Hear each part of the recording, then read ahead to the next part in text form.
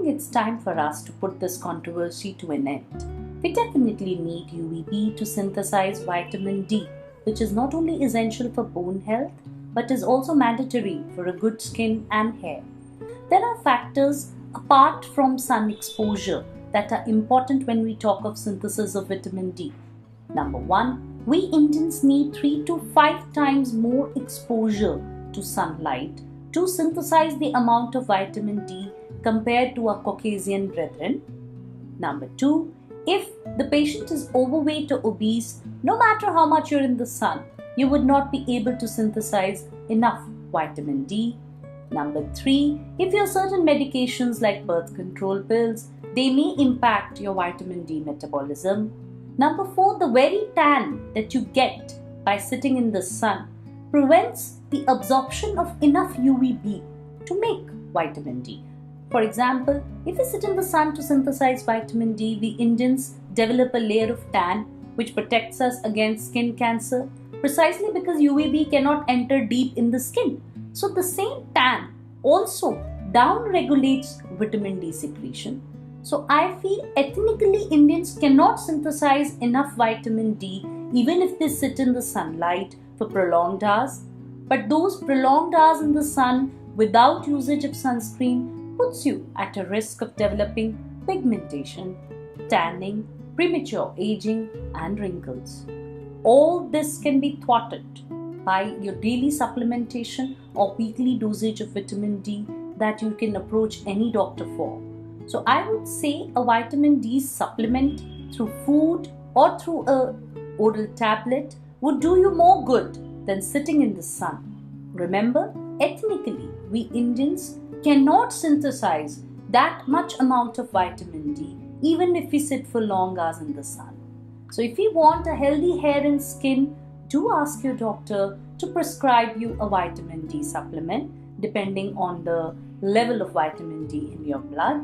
And a good sunscreen with high SPF would go a long way in protecting your skin from far-lasting damage that cannot be undone even with a supplement.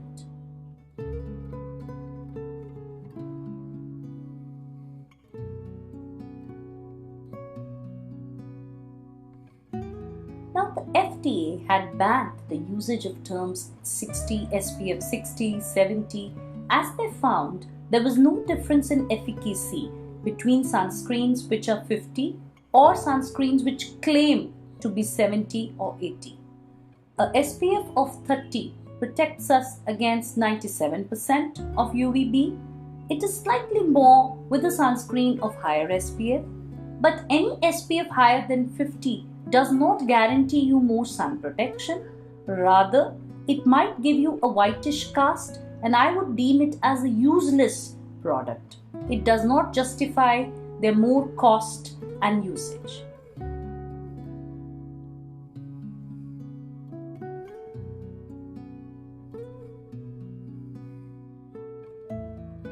I would say sunscreen is that daily regimen, daily thing that cannot be missed. So it's a 365 days, 7 days a week usage of sunscreen that can guarantee us a blemish-free or a tan-free skin. It's very important for people to understand that clouds allow 80% of UV rays to penetrate. It does not block UVA, which is causing premature wrinkling and photoaging. So we tan more on a cloudy day compared to a hot summer afternoon, partly also because we get negligent or careless with our sun protection behavior. So it is far more important to put your sunscreen if it's raining, it's cloudy. It's equally more important that you put a sunscreen when you're near sand and water. So I would say sunscreen is the minimum thing that we can use on a daily basis if we want to take, a bare minimal thing that I can do to give myself a good skin. It is daily usage of a sunscreen all throughout the year, all seasons, all days, all weathers.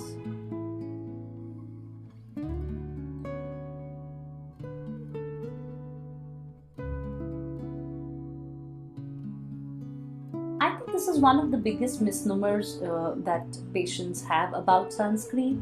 Any sunscreen, be it a higher SPF as well, requires a reapplication after 3 to 4 hours. So it is mandatory that when we are outdoors at least, we reapply the sunscreen every 3 hours.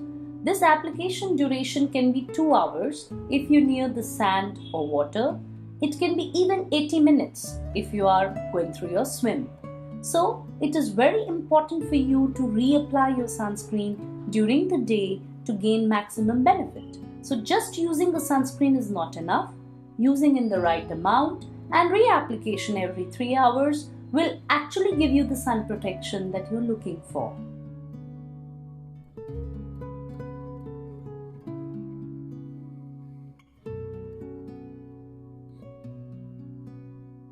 Anything that offers us sun protection is an added benefit, but I do not think that a moisturizer or a foundation with a minimal SPF is enough to protect you against the harmful effects of UVA and UVB.